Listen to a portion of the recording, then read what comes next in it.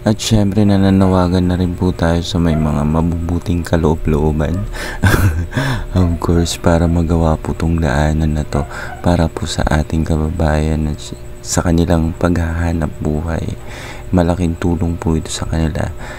Kailan ngayong pesta rito nang maranasan ko. Pero isa lang siguraduhin ko. Siguraduhin ko sana na hindi uulan. Dahil pag ganito abutin mo, nako, good luck sa daan.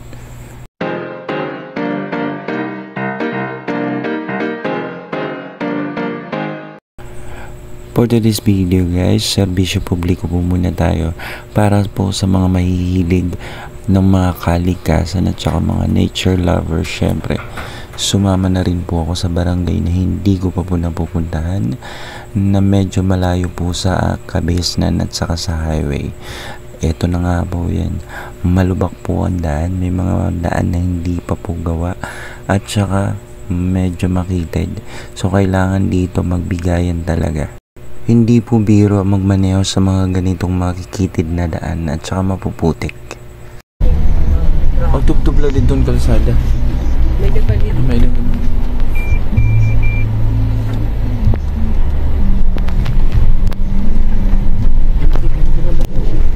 Yan na po guys, yung tatawag natin kay Karen Javier.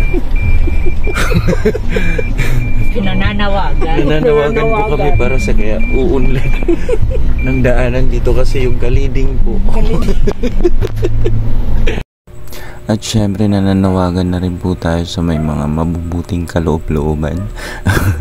Of course, para magawa po tong daanan na to para po sa ating kababayan at sa kanilang paghahanap buhay. Malaking tulong po ito sa kanila. Kagaya po yan ngayon, siyempre sinasakripisyo po nila yung mapuputik at saka makikitid na daan para lang po sa mga produktong offer nila palabas at saka yung mga hanap buhay po nila na dapat mapapadali po sana. Yan na nga po, ito po banda rito. Malalim po ito. May malalim po dyan na butas. Kaya yung kasamahan ko, yun. Medyo kinabahan po ako dyan. Yan o. Ayan, yung kasamahan ko, sinabihan ko na tumimbang ka. Syempre, mababalansin niya. Medyo hindi naman po kalakihan, pero kaya niyang balansin. Yun po yun. Ayun, na-overcome po namin. Mabuti na lang yung driver po namin. Medyo magaling. At saka may diskarte. Kagaya sa buhay po guys, kailangan po natin maging madiskarte. At syempre, maging marunong magbalanse kung ano man ang mga sitwasyon na ating napagdadaanan sa buhay. Yan na po yung magandang tanawin dyan. Yun nakakamangha. Yun. Tsaka pagdating po dito guys, syempre maluwag-luwag na po yung daan. Ito na po yung barangay na hindi ko pa napupuntahan sa bayan po namin. Yan. At tsaka salamat na rin kay Lord at nakarating po kami dito ng matiwasay. Kaso eto lang, yung kasamahan ko medyo nabibigatan sa pintuan ng sasakyan. Parang gusto ko magreklamo sa barangay. Hindi ko alam kung nagulat sila o nabigla sa pagdating po namin. Pero sigurado po ako syempre na hindi nila dapat kaming katakutan dahil wala pa sa pamumukha namin. Kaya nang dahil dyan, hindi ko pinalampas ang pagkakataon na medyo maikot ko siya at masilayan yung barangay na to. Dahil nga, napakasimple lang yung pamumuhay rito. Pagkakaalam ko at ramdam ko, yung mga nakatira po rito, karamihan po sa kanila farmers. Nakalimutan ko rin po kung ilang square meter to. At syempre, nadagdagan pa kasi nga tingnan mo, may lupa pa dyan. Syempre, dagdag din yun sa count. Yun. Syempre, please kung hangin nang nanood sa aking kalamnan sa pagkakataon na to. Dahil nga hindi naman gaano mainit po yung pagpunta po namin. At syempre, habang busy po yung peso manager namin sa pagkikipag-usap, ako na may busy sa kakaikot para na lang makuhanan ko yung magagandang tagpo. Hello guys. Ayun, first time ko po dito sa Balugo. Ito po yung barangay na hindi ko pa napupuntahan dito sa municipality po namin sa Kapuokan. Kaya medyo malayo from highway.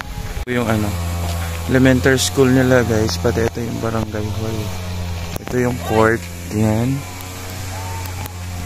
Palabas.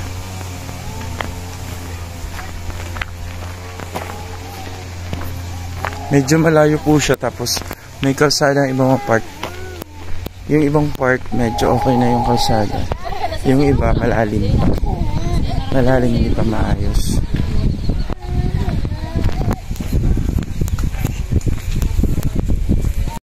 At oras na para bumalik uli kami sa bayan, no? Tingnan mo naman yung kapaligiran at kalikasan. Ang gaan-gaan ng pakaramdam talaga. Oh. Ito ang masarap sa probinsya. Yung kita at ramdam mo talaga yung presko ng hangin. Bilang first timer sa lugar na to, masasabi ko lang wow na wow. Saka pak na pak. Grabe. Ang ganda.